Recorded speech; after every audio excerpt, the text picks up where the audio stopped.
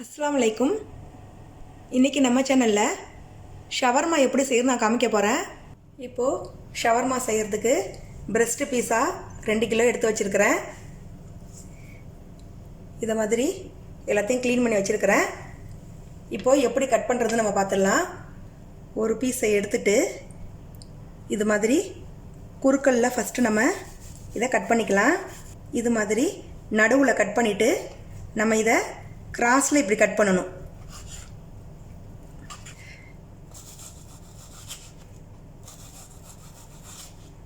இந்த மாதிரி எல்லாத்தையும் நம்ம கட் பண்ணி எடுத்துக்கலாம். சிக்கன் எல்லாத்தையும் இதை மாதிரி கட் பண்ணிட்டேன். இப்போ இதுக்கு தேவையான மசாலாவை பார்த்துடலாம். ஷவர்மாக்கு எப்போதுமே மசாலா கம்மியாக தான் போடணும், ரொம்ப ஜாஸ்தியாக போடக்கூடாது. ஷவர்மா மசாலா 1/2 டீஸ்பூன் போடுறேன். இது 1/4 டீஸ்பூனு. இதை மாதிரி இன்னொரு பங்கு போட்டுக்கலாம். அடுத்தது அரபிக் மிக்ஸ் மசாலா 1/4 டீஸ்பூன் போடுறேன். பப்ரிக்கா பொடி 1 டீஸ்பூன் போடுறேன். அல்தாஹி ஸ்பைசஸ் 1/4 டீஸ்பூனுக்கும் கம்மியாக போடுறேன். அதே மாதிரி பட்டை பொடியும் 1/4 டீஸ்பூனுக்கு கம்மியாக போடுறேன். ஜாதிக்காய் பொடி 1/4 டீஸ்பூனுக்கு கம்மியாக போடுறேன். இந்த அளவுக்கு ஏலக்காவை பொடி பண்ணி வச்சுருக்கிறேன், அதை சேர்க்குறேன். அடுத்தது 5 டேபிள் ஸ்பூன் தயிர் சேர்க்குறேன். 2 டேபிள் ஸ்பூன் வினிகர் சேர்க்குறேன். அதே அளவுக்கு 2 tablespoon lemon juice. 1/4 cup olive oil சேர்க்குறேன். இந்த சிக்கனுக்கு தேவையான அளவு உப்பை சேர்த்துட்டு கடைசியாக முழு பூண்டு 2 வச்சுருக்கிறேன். இதை நல்லா தட்டிட்டு நம்ம இந்த சிக்கன் கூட சேர்த்துடலாம். பூண்டை இதை மாதிரி நல்லா நைஸாக தட்டி எடுத்துருங்க. இப்போ இதையும் சேர்த்துட்டு நம்ம ஒன்றா இதை கலந்து வச்சிடலாம். நம்ம ஓவர் நைட்டே மேரினேட் பண்ணி வச்சா ரொம்ப நல்லாயிருக்கும். இல்லைன்னா ஒரு 6 மணி நேரம் நம்ம இதை ஊற வைக்கணும். இது எல்லாத்தையும் நம்ம ஒன்றா கலந்துடலாம்.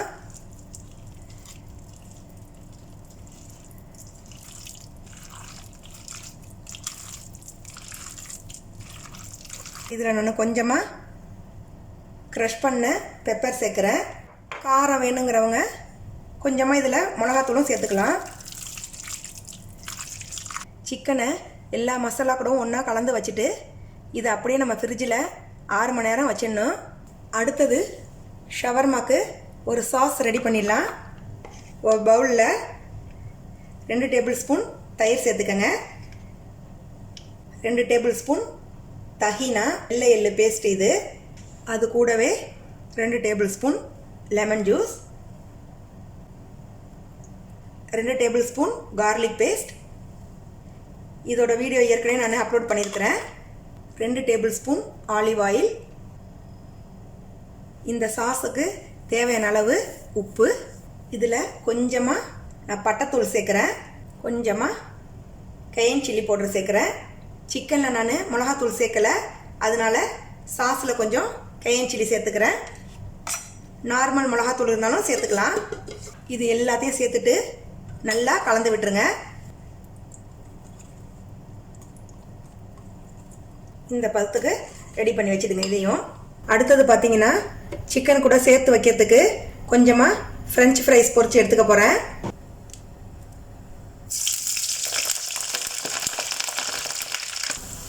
ஃப்ரைஸும் இப்போ ரெடி ஆகிடுச்சு.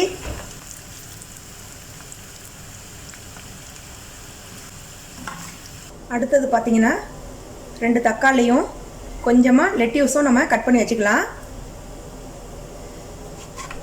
கொஞ்சம் காயான தக்காளியை எடுத்துட்டு உள்ளே உள்ள சீடெல்லாம் எடுத்துடுங்க.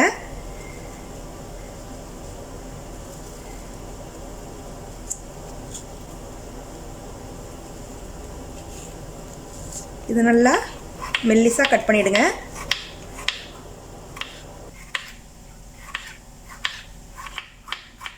அடுத்தது லெட்யூஸையும் நல்லா இந்த மாதிரி பொடிசாக கட் பண்ணி வச்சுருங்க. இப்போ பாருங்கள், சிக்கன் நல்லா ஊறி இருக்கு. இப்போ இதை நம்ம ஷவர்மாக்கு ரெடி பண்ணிடலாம். இது மாதிரி ஒரு கிரில் பேனோ இல்லை நார்மல் பேனையோ அடுப்பில் வச்சுருங்க. நம்ம மேரினேஷன் பண்ணி வச்சுருக்கிற சிக்கன் இதில் சேர்த்துடலாம். சிக்கனை சேர்த்துட்டு இதில் நம்ம எண்ணெய் எதுவும் சேர்க்க வேணாம். இதை அப்படியே நம்ம லைட்டாக வதக்கி எடுத்துடலாம். சிக்கனில் இப்போ லைட்டாக தண்ணி விட ஆரம்பிச்சிருக்கு. இந்த தண்ணி வத்துற வரைக்கும் நம்ம இதை வதக்கணும். ரொம்ப வதக்குனா ஹார்ட் ஆகிடும். இதில் நம்ம எண்ணெய் ஊற்றி பொரிச்சோம்னா ஷவர்மாவோட டேஸ்ட்டே மாறிடும்.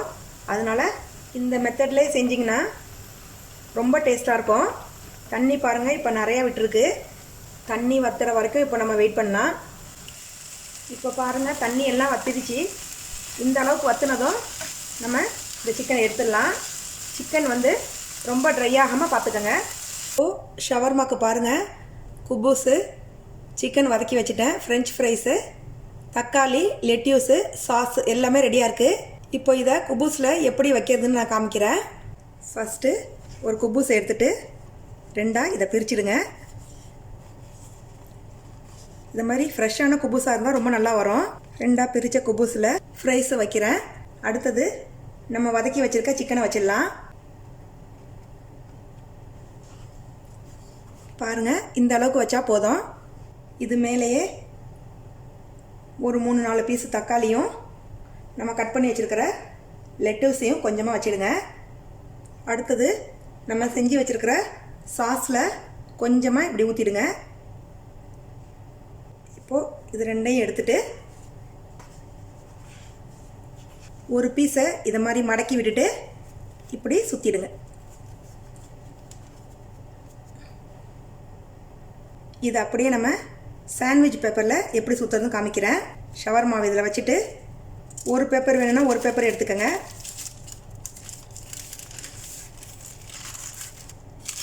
இது மாதிரி கீழே அப்படி மடக்கிடுங்க.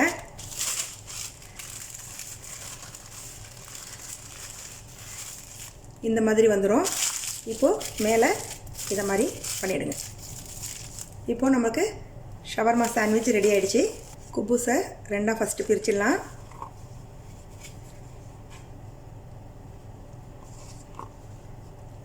கொஞ்சமாக ஃப்ரெஞ்ச் ஃப்ரைஸ் வைக்கிறேன். அடுத்தது நம்ம வதக்கி வச்சுருக்கிற சிக்கனை வைக்கிறேன். தக்காளி 2-3 பீஸ் வச்சுக்கோங்க. கொஞ்சமாக லெட்யூஸு, அது மேலே நம்ம செஞ்சு வச்சுருக்கிற சாஸை ஊற்றிடலாம். உள் பக்கத்தை ஒரு பக்கத்தை மடக்கிட்டு அப்படியே சுற்றிடுங்க. இதை மாதிரி ஒரு கார்னரில் வச்சுட்டு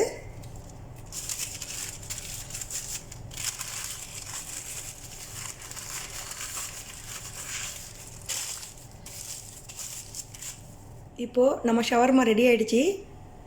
இப்போ வீட்டிலே நம்ம ஈஸியாக ஷவர்மா செஞ்சிடலாம். இந்த ரெசிபியை நீங்களும் வீட்டில் கண்டிப்பாக ட்ரை பண்ணி பாருங்கள். இன்ஷா அல்லாஹ் அடுத்த வீடியோவில் சந்திக்கிறேன். அஸ்ஸலாமு அலைக்கும்.